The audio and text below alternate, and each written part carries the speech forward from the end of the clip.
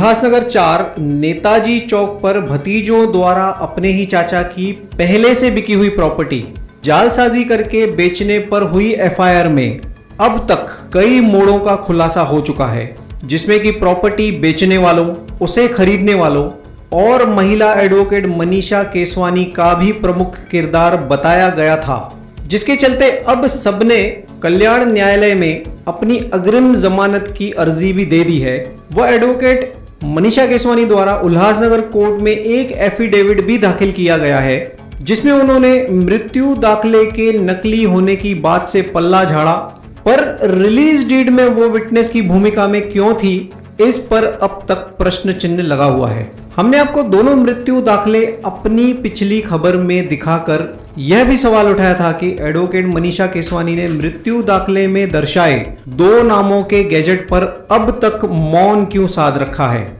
ये तो रही पिछले कुछ दिन में हुए खुलासों की तस्वीर की झलक।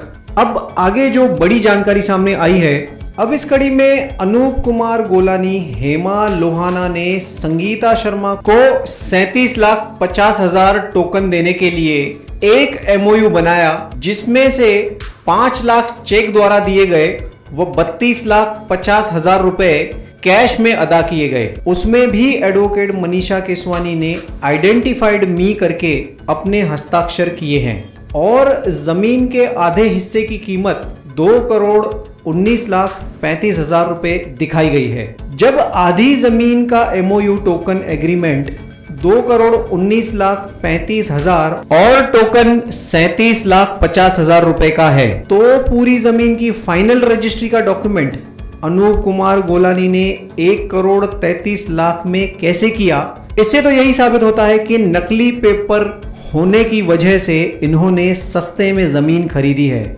इसे ध्यान से देखिए, यहां विक्रेता में आपको सिर्फ संगीता शर्मा का ही नाम दिखाई देगा, जबकि दावा यह था कि पूरे शर्मा परिवार ने एडवोकेट केसवानी को दस्तावेज बनाने के लिए हायर किया था, पर मेमोरेंडम ऑफ अंडरस्टैंडिंग सिर्फ संगीता शर्मा का ही क्यों बनाया गया।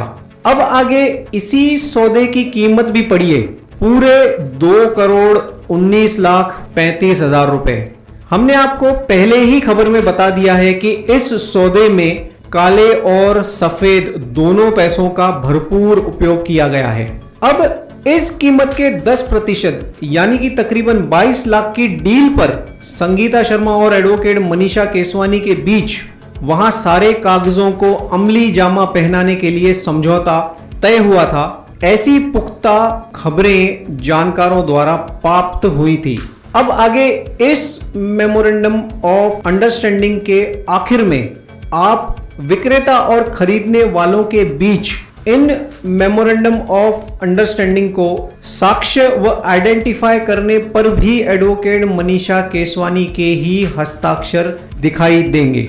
अव्वल तो होता यह है कि विरले ही कोई वकील कभी किसी मुवक्किल के बनाए कागजों का साक्षी बनता है व उसके सारे कागजों को आइडेंटिफाई भी करता है। पहले तो advocate Manisha Keswani release deed में विटनेस बनी और अब टोकन एमओयू में भी आइडेंटिफाइड मी करके हस्ताक्षर दिए हैं, तो आखिर एडवोकेट मनीषा केसवानी को हर डॉक्यूमेंट में सिग्नेचर करके इस डॉक्यूमेंट को पुख्ता करने की इतनी जरूरत क्या पड़ गई, ये बड़ा सवाल है। अब इससे यह साफ जाहिर है कि एडवोकेट मनीषा केसवानी, संगीता शर्मा, अनूप कुमार गोलानी, हेमा लोहाना, मनीषा गोलानी, राजपाल वाधवा व राजकुमार नागपाल इस पूरे प्रॉपर्टी कांड में शुरू से शामिल हैं। आगे आपको बता दें कि इन वकील द्वारा कई बार तहसीलदार व एसडीओ में कागजी काम करवाए जाते हैं। आप सभी से विनती है कि कोई भी कागजी काम करवाने से पहले पूरी जांच पड़ताल कर लें, अन्यथा आपको भी कोर्ट, कचहरी व पुलिस का सामना करना पड़ सकता है।